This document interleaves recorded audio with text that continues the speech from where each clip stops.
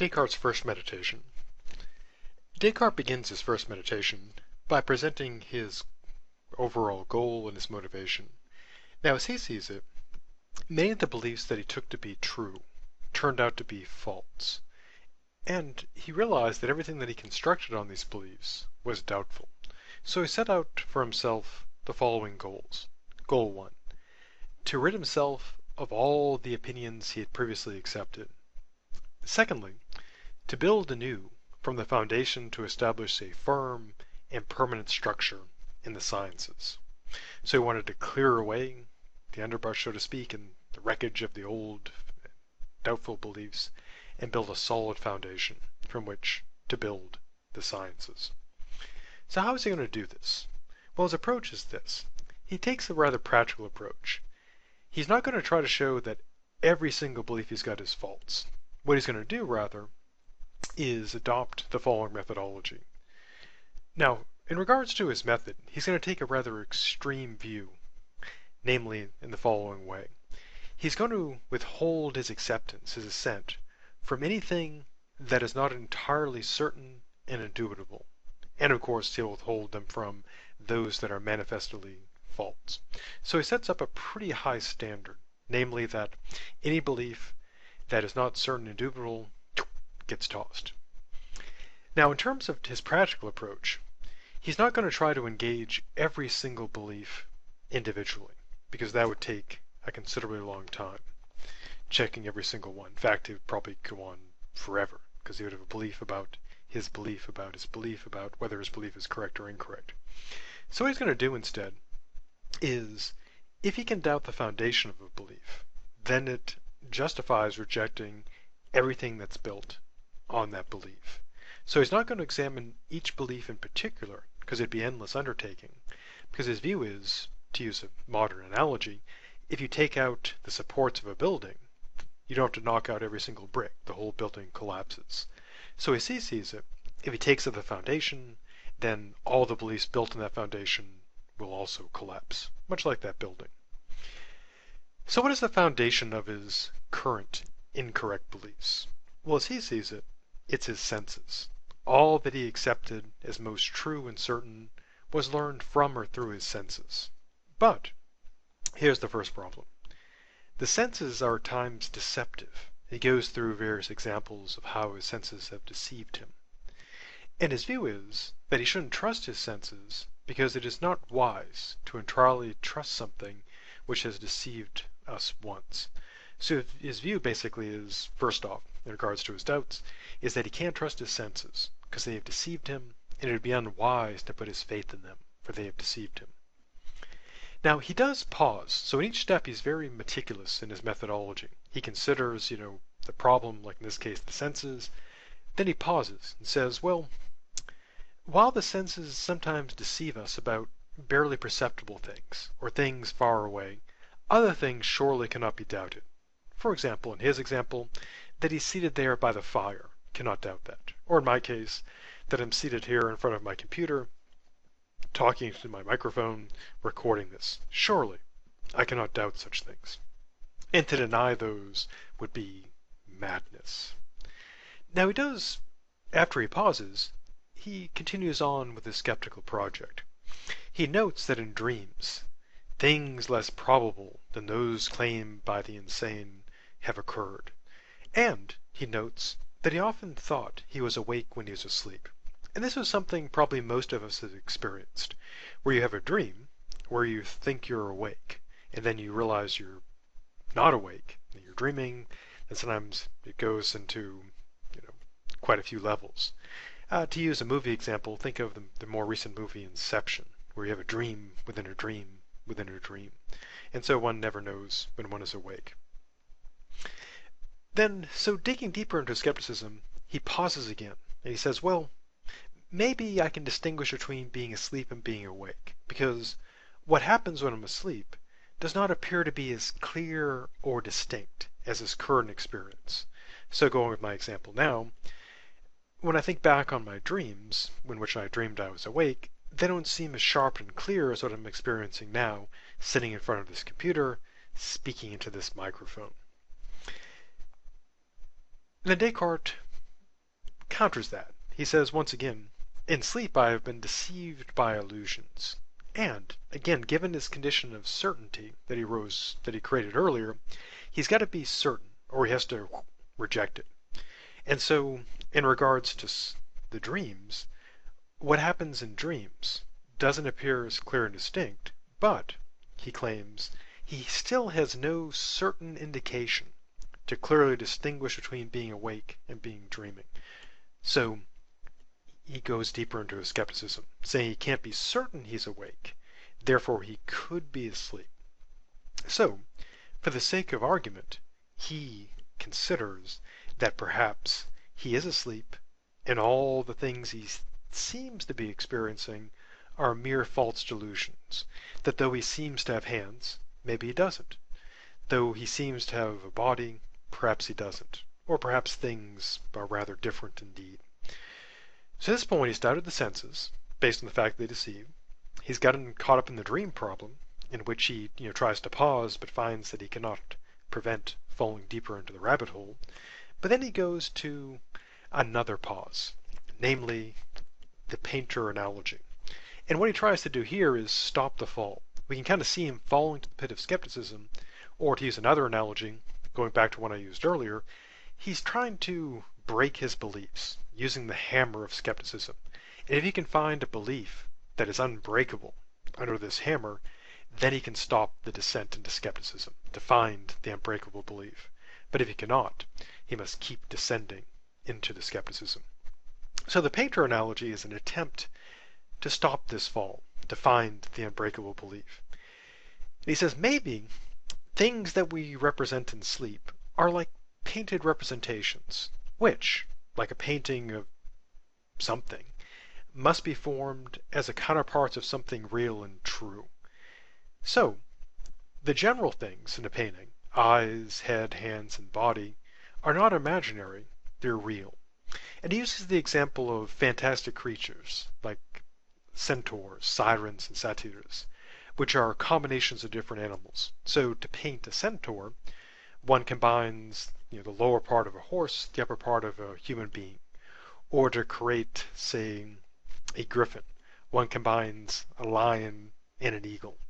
And so the idea that he puts forth is that even though the painting could be fictitious, the dream could be fictitious, the parts that make it up surely are real.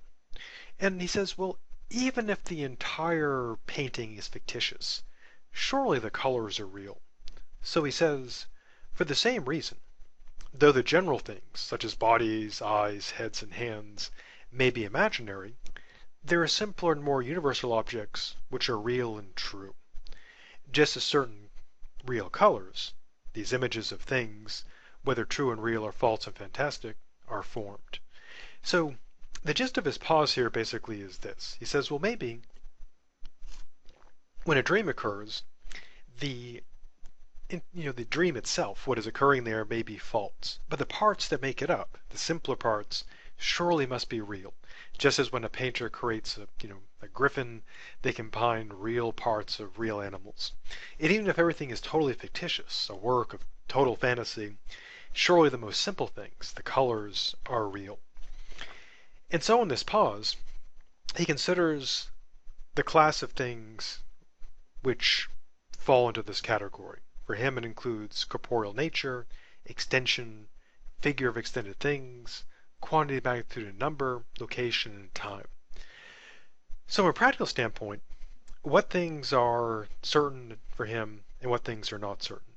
Well, interestingly and boringly enough, at this point, physics, astronomy, and medicine, and sciences that consider composite things, basically objects that are made of more simpler parts, are very dubious and uncertain.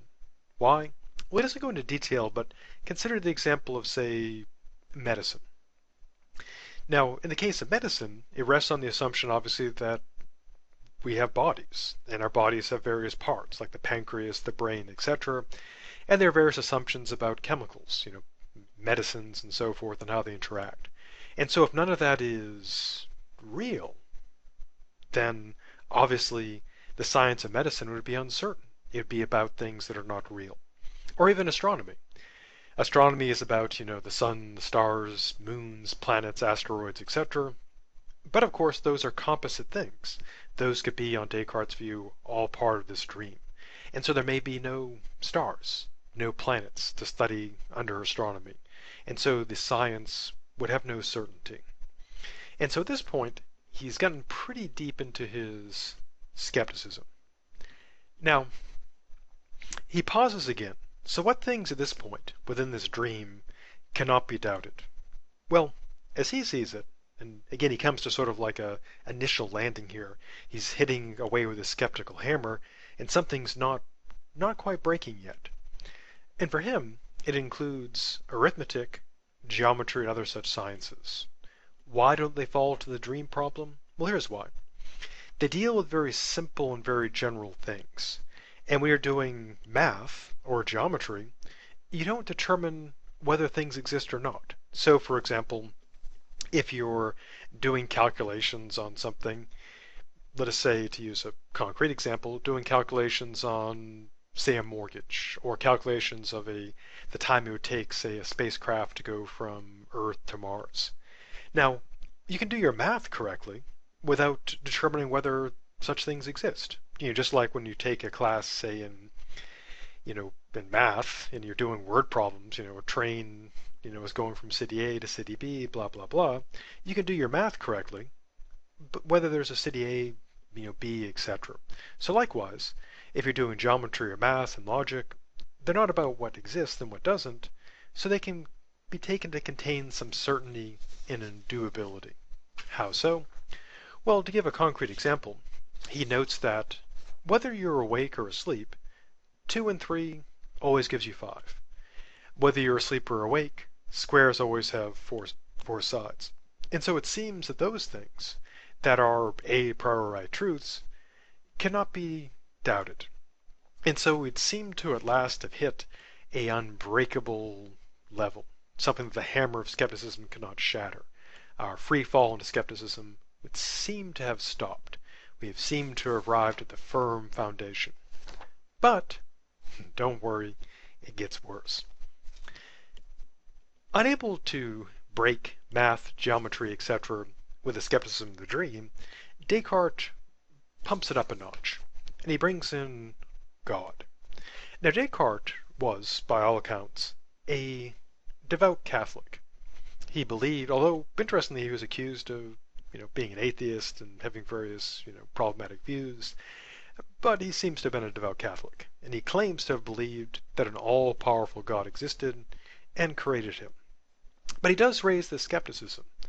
How does he know that God has not made it so that there is no earth, there is no heaven, there's no extended body, no magnitude, no place?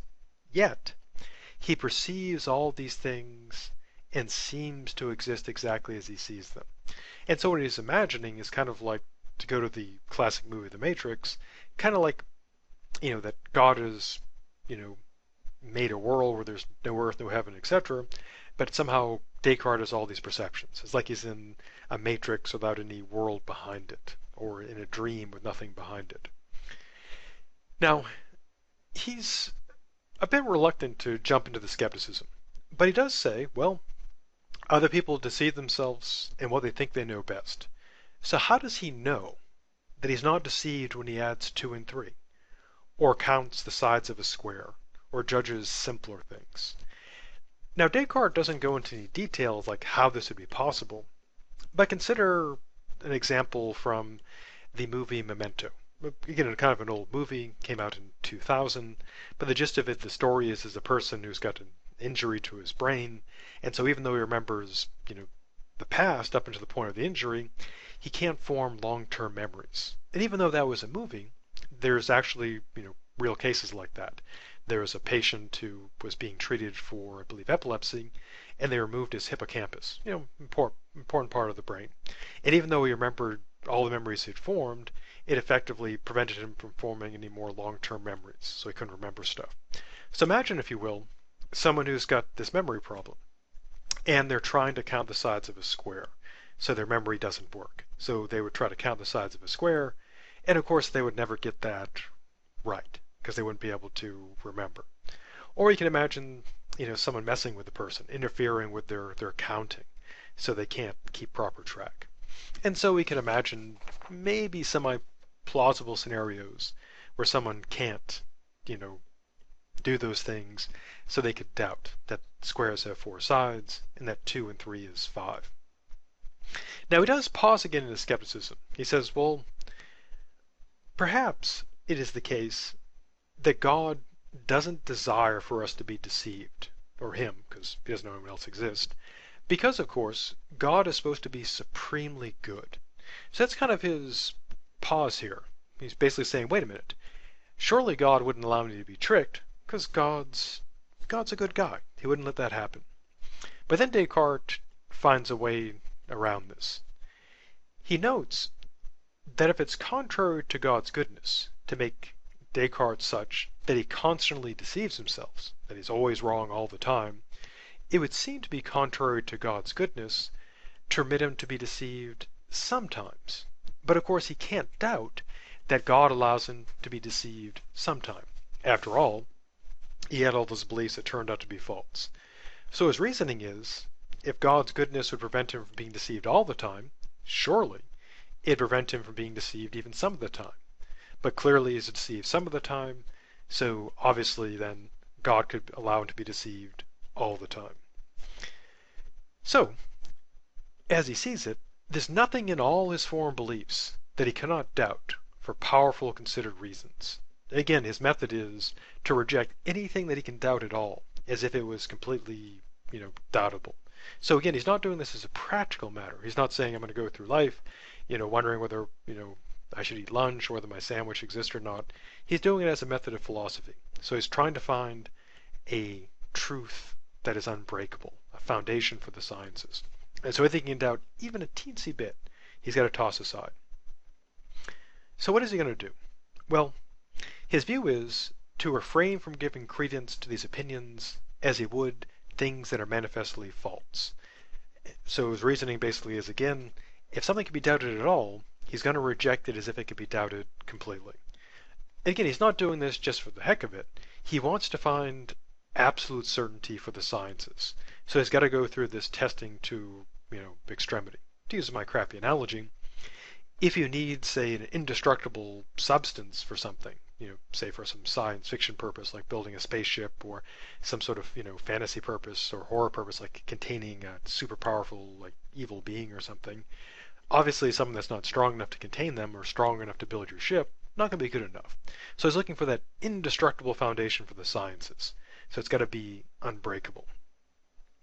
Now, just when you thought it couldn't get any worse, where, okay, he's got the possibility that he has all these beliefs, God's allowing him to deceive himself, everything seems to be tossed out, he turns it up to 11. He brings out what some call the demon, some call the evil genius. He supposes not that God, but some evil genius, as powerful and deceitful, has employed his whole energies in deceiving him. So it's just him and the demon. All external things are illusions and dreams, which this genius presents as traps for his credulity. Now, to use an analogy, it's kind of like the classic movie The Matrix, except in this case, instead of having, the evil demon, in The Matrix you've got the machines, the computers that create the Matrix, the virtual reality. But a similar idea. In fact, of course, the Matrix is based not only on Plato's allegory of the cave, but also Descartes' skepticism. So he considers himself, given this possibility of doubt, as having no hands, eyes, flesh, blood, or senses, yet falsely believing himself to possess them. So it would seem that he's totally super screwed, because he considers maybe it's just him and a demon, where everything that he believes seemingly is potentially wrong, that he can't know it. But, as he sees it, he has one power left remaining. If it is not in his power to arrive at the knowledge of any truth, he will do what is in his power, which is this: to suspend judgment, to avoid giving credence to any false thing, to avoid being imposed upon by this arch deceiver, however powerful and deceptive he may be. So in the end, Descartes has dug himself quite the skeptical hole. He begins by doubting the senses, based on the fact that his senses deceive him, and then he goes to a broader skepticism based on his claim that he could be dreaming. Then he tries to pause there, claiming he can know, he could be safe within, say, mathematics, logic, etc. And he says, no, that could all be mistaken as well. And then he goes past the dream argument to bringing in God. The God could allow him to be deceived about everything. And then he brings up his sort of ultimate skeptical, super weapon, the demon, that could be deceiving him about everything. And so in the end, Descartes considers it may just be him and the demon, with the demon trying to deceive him about everything. And when next we meet, we'll move on to attempts to get out of this skeptical problem and attempts in epistemology to achieve knowledge. And so ends the adventures with Descartes and the evil demon.